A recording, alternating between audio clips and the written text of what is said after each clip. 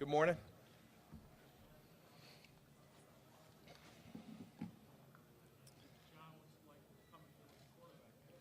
It's pretty good. I remember very much, was just thinking about it over here last year. We were, that was a primary focus, finding our guy. It's one of the first thing after Kyle and I got together, and we talked about the culture we want to set and all that, but I think we both agreed you have to find that guy at that position. It's of such premium importance, and didn't happen in the draft process last year, but some fortuitous things kind of broke our way during the season, and I really commend Kyle for his patience once we got Jimmy and allowing him to take time to learn the system as best he could. Everybody was saying, play him. Hey, you traded for them. Let's play him. And he made sure that he was a spot where we were setting him up for success. And then he went in and as we like to say, he balled out. He played really well, and he made our team better. And then it became a focus. Let's get him locked up. And I think it was a deal that worked out for everyone. I think we're very appreciative to Jimmy and Don Yee and his team that we were able to do it so swiftly. I think that's a huge bonus for us that we have him locked up going into free agency. I think it makes it a place where a lot of people want to be, and we're excited about that. Looking back, I think last year when you were here, you described not having a quarterback as liberating. Well, we didn't have a quarterback on our roster at one point, and that, I'm always an optimist, and I was trying to be one there. But the idea was that we could shape it the way we wanted to, and we were able to do that. And I think what's even more liberating is having Jimmy under contract. When did you first become interested?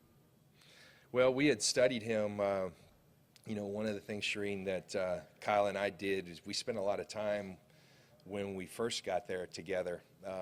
Actually, Tony Dungy was the guy who said the best thing you can do is close your door with Kyle and just watch film, and talk ball. And so we did that. And Kyle had a lot of tapes together at each position. This is what you're looking for.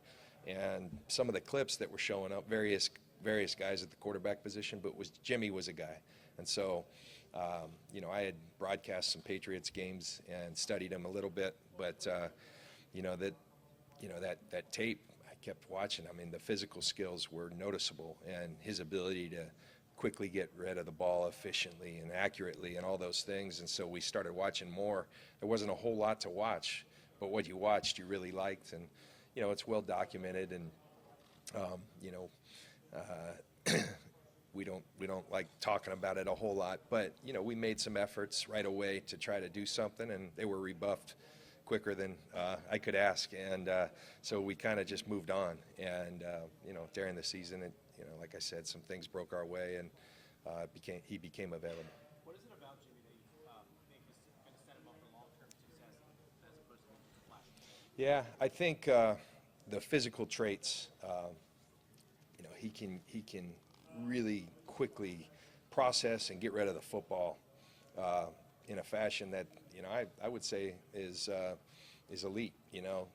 But then you go to study the makeup of the guy, and the only way to do that is to see him around his teammates. And to me, the best leaders, the best quarterbacks, they make everyone around them better. And we watched our team. Now, I will say that it coincided with we had played a bunch of young guys. We had gone through just a brutal series of injuries. So it also coincided with young guys getting experience and us getting healthy as a team. But there's no mistaking that when he came in and started playing, it lifted our team, and it lifted everyone around him. And then just his makeup, his work ethic. He never left the facility. Yes, he was trying to learn a new system, and he needed to. But his diligence, the way his teammates just kind of liked being around him. He's one of the guys, even though he's not just one of the guys, that whole deal. We watched it, and it became clear in our minds that this is a guy we want to move forward with, and we're pleased that we've done it. There are teams that go 20 years looking for a quarterback. Yeah. Like you guys hit the lottery here. I mean, just fell in your laps almost. Yeah, we also know that there's a lot that remains. The story's not yet written, and Jimmy knows that. That's one thing he's very cognizant of, that we got a lot of work to do, and we have a lot of work to do as a team. I think, Bill Parcells said it best: "You are what your record says you are." We were a 6-10 team.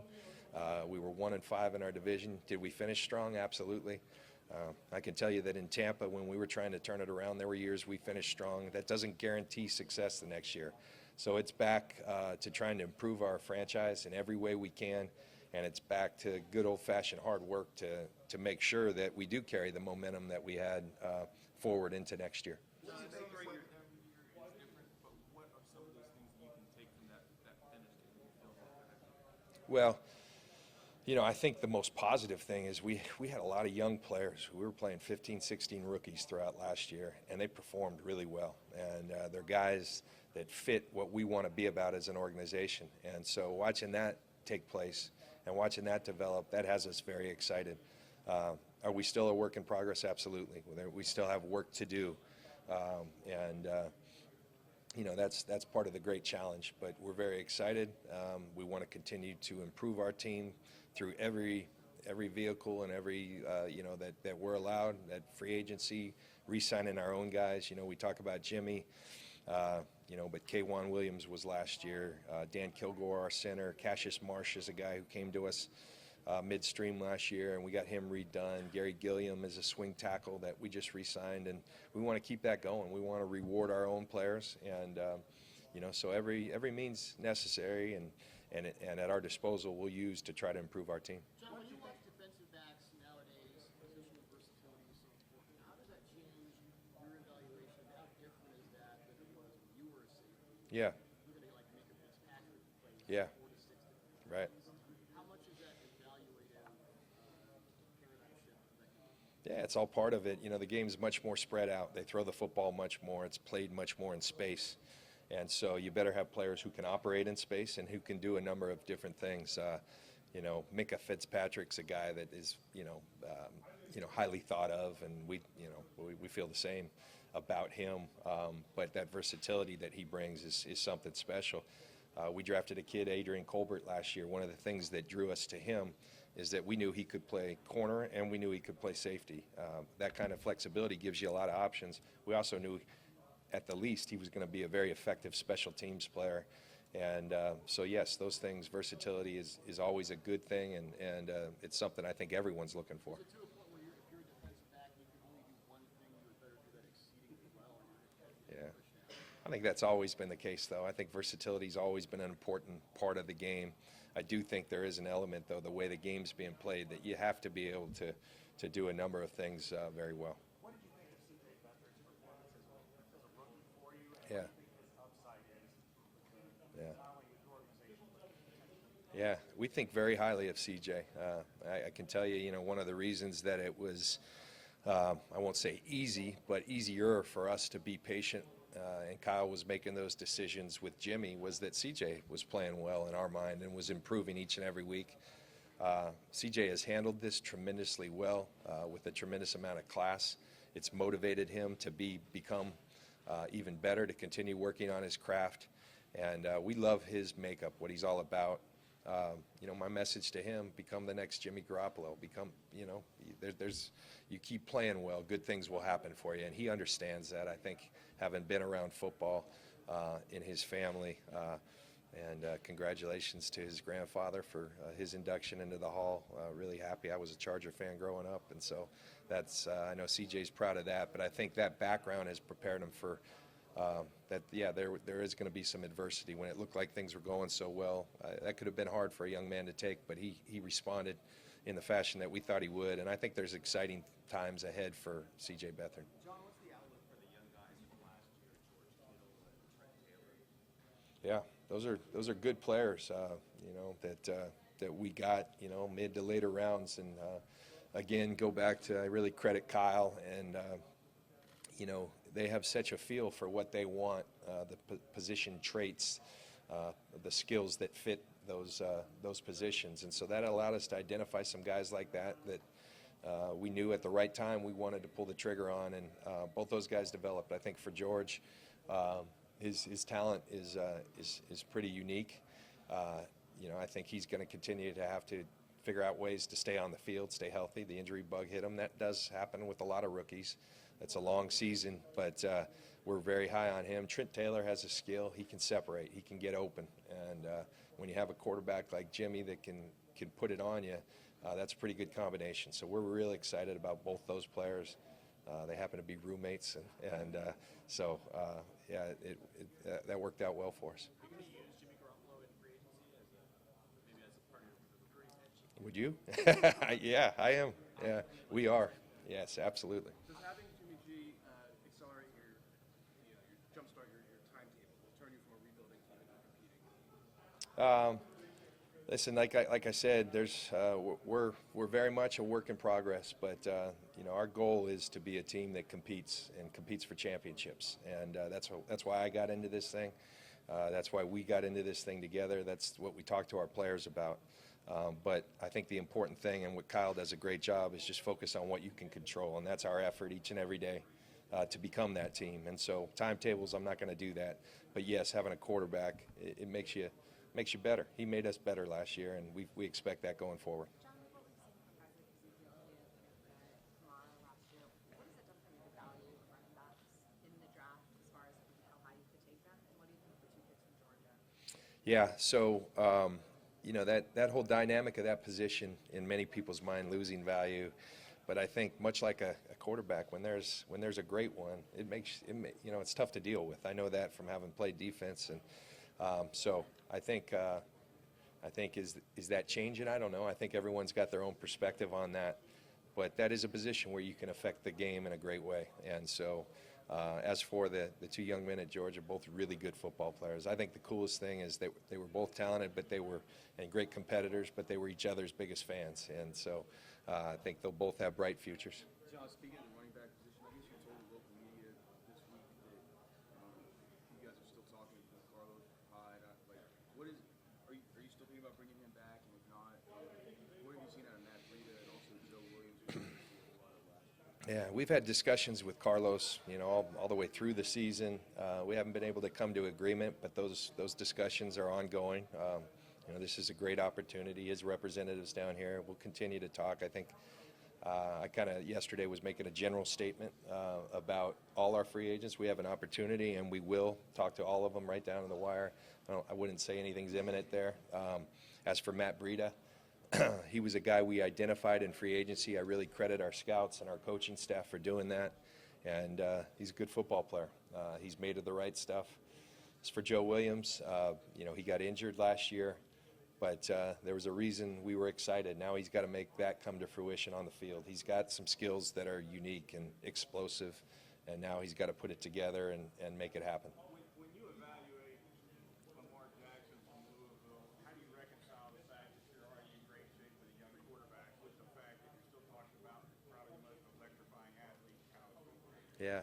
Well, I think that's one thing. While last year maybe it was a primary focus, the quarterback position, I don't think we can just turn a blind eye to the quarterback position. I probably won't be watching those drills as closely as I was this time last year, but hey, we're looking at all these players, and Lamar is a unique athlete, a special athlete, and I'm excited to see what happens with him. I really am. Somebody who played for John Gruden and also came back into the broadcast, what do you see about getting back in the first year? Also, how easily do you think he'll be able to get back in? Yeah, I think it's great for football. I think John's, he brings a lot. He brings a lot of enthusiasm, a lot of excitement. He's tireless in his work ethic. I loved playing for him. It was a short tenure I had with him. I think 2 years. One of those years I was pretty banged up, but I loved playing for him, and I think the league's better when he's involved in it. As for the broadcasting element, I'm sure, like my experience, you see the league through a different lens when you're in those buildings. He did games like I did, and you get to go meet with head coaches, you get to go meet with general managers and quarterbacks, and you can really learn a lot if you just listen. And I think John's flirted with this for a long time, and I think he's excited. I've talked to him. He is excited, and I'm just looking forward to competing with him in that coin toss tomorrow.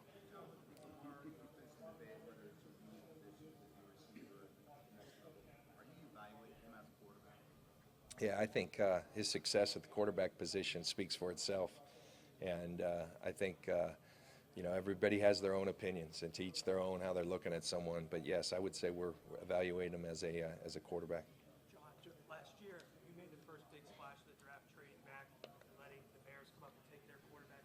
This year you're a little bit further back in that area, the first half of the draft. But is that an opportunity with guys like Lamar Jackson, who might be the end of that top tier quarterback, where you'd be willing to move back and make a play to get some more value? Yeah, I think we demonstrated last year. I really felt that I'd be much more conservative in the draft, but some things fell our way, and so I think you always keep an open mind. And sure, we'd certainly be willing and to move around a little bit if some people covet some guys, not only at that position, any other position, unless we feel so strongly about a player that is available at our disposal. So I think I'm not trying to evade the question, but there's so many options, and I think you evaluate all of them.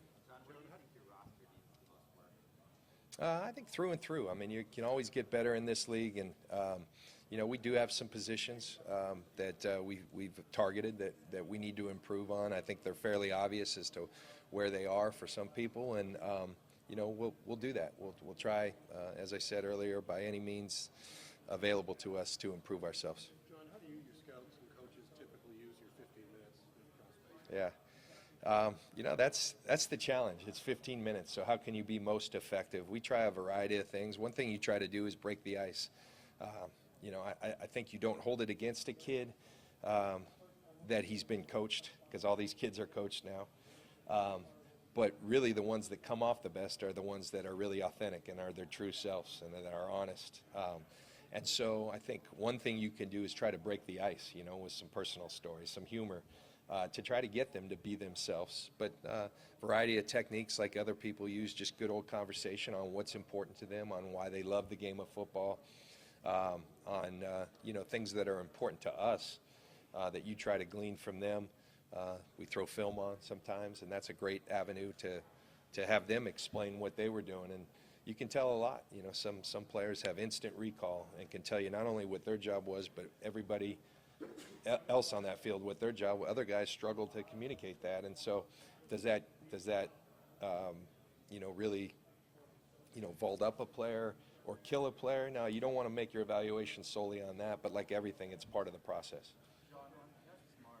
What do you think might have worked out for him in San Francisco that didn't? I think he found an environment that, number one, fit his skill set. He's a we have that Leo position, an edge rusher, and everyone's looking for an edge rusher. And maybe it was a better fit for him in terms of the scheme.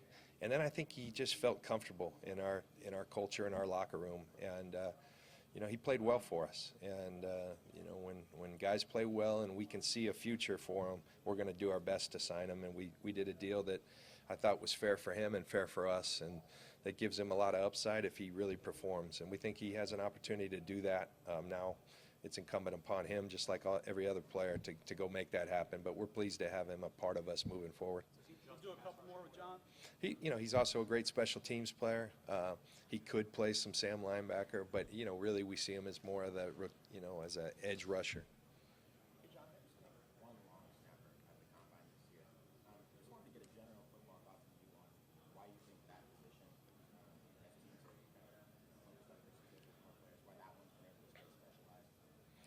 Yeah, I can tell you we don't have him in our 60 interviews.